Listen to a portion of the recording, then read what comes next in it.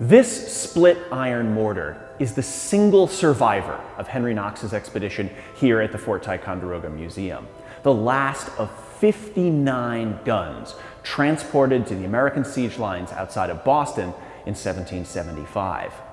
But for this particular weapon, its story is even greater than just Henry Knox's expedition, encompassing the conflicts that determined the fate of North America across 3 wars and 2 centuries. It was part of a pair that arrived at Fort Ticonderoga by 1759, when it was still called Fort Ticonderoga. Shipped from France, these mortars provided serious firepower to the French garrison. As Fort Ticonderoga was besieged by a British force under the command of Geoffrey Amherst in July, the 2 mortars went into action, raining massive explosive shells into the British camp. One American provincial noted that a shell fell into the lines every minute, the French bombardiers doing all they could to slow the advancing British. Their orders, though, were to delay, and their bombardment preceded the final firing of the powder magazine, leveling almost a quarter of the fort as they evacuated on July 26, 1759. The British captured Fort Ticonderoga, renaming it Ticonderoga, and they captured the mortars along with the fort. These massive weapons remained in the Champlain Valley as the French and Indian War ended. Along with the rest of the ordnance at Ticonderoga and Crown Point, they were captured in May of 1775 in the first American victories of the Revolutionary War. Such large and powerful weapons were a major prize. Benedict Arnold specifically mentioned this pair of mortars, writing to the Massachusetts Committee of Safety, requesting advice on what to do with them.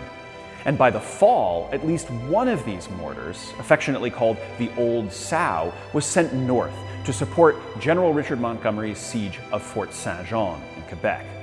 There, the mortar fired for weeks into British positions until running out of ammunition, and it was sent back to Ticonderoga.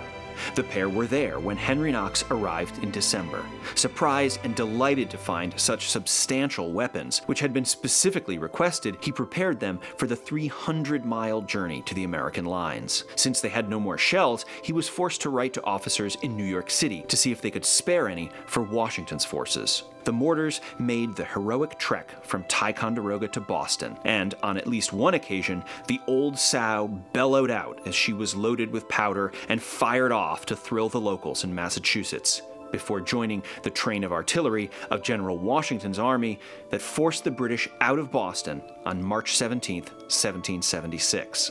After the British evacuation, the mortars were once again sent northward, this time to support the flagging American campaign against Quebec. Having failed to storm the city, they set in for a siege. But American forces lacked the manpower, and more importantly, the heavy artillery that was needed to make a dent in the city's walls. Elements of Knox's own artillery regiment were dispatched northward, reversing Knox's journey, but in the spring.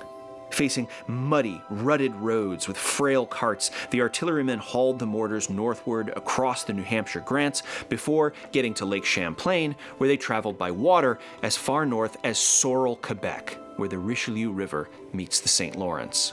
Before they could go further, they met the American army in retreat, driven by fresh British reinforcements that had arrived that spring. The mortars and the artillerymen reversed course, falling back all the way to Ticonderoga, where the army decided to make their stand. That summer at Ticonderoga, as the army prepared to rebuild itself, the idea was hatched to mount these mortars on boats, effectively creating bomb ships that could hurl massive explosive shells at enemy troops or vessels. So right off the shore on Lake Champlain opposite Ticonderoga, they loaded one of the mortars onto an American gondola to fire a test round. An incredible pall of smoke enveloped the vessel. A massive cracking was heard, and one half the mortar spun into the air, plunging down into Lake Champlain as the remainder slammed down onto the deck of the vessel. The mortar had burst, broken almost exactly in half. An experiment with a remaining mortar at Mount Independence yielded the same results: burst and split.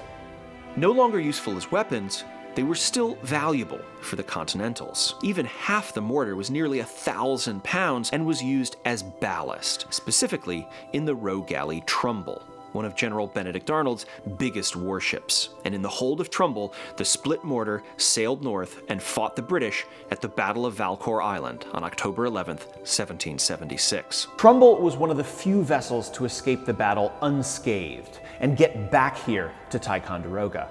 But the following year, in 1777, the British returned and Trumbull was finally captured.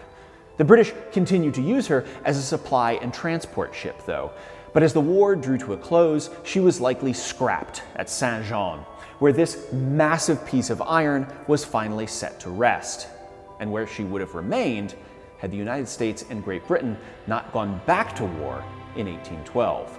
By 1814, both sides were building up their naval forces to once again contest control of Lake Champlain. The weight represented by the mortar fragment was no doubt appealing and found its way into the hold of a new sloop of war, HMS Linnet, which sailed south in September with the British fleet. They met the Americans under Captain Thomas MacDonough and were resoundingly defeated during the Battle of Lake Champlain on September 11th. Linnet and the rest of the British squadron were captured by MacDonough's forces. Fearing a British sortie over the winter that might catch the fleets locked in ice and easily burnt, MacDonough ordered them south to the end of Lake Champlain. As 1815 came and the war was over, the vessels were watched for a time, but eventually run up the Pulteney River, where they slowly rotted away over the 1800s. In 1949, a salvage crew in Vermont pulled a section of ship from the river's mud, which belonged to Linnet.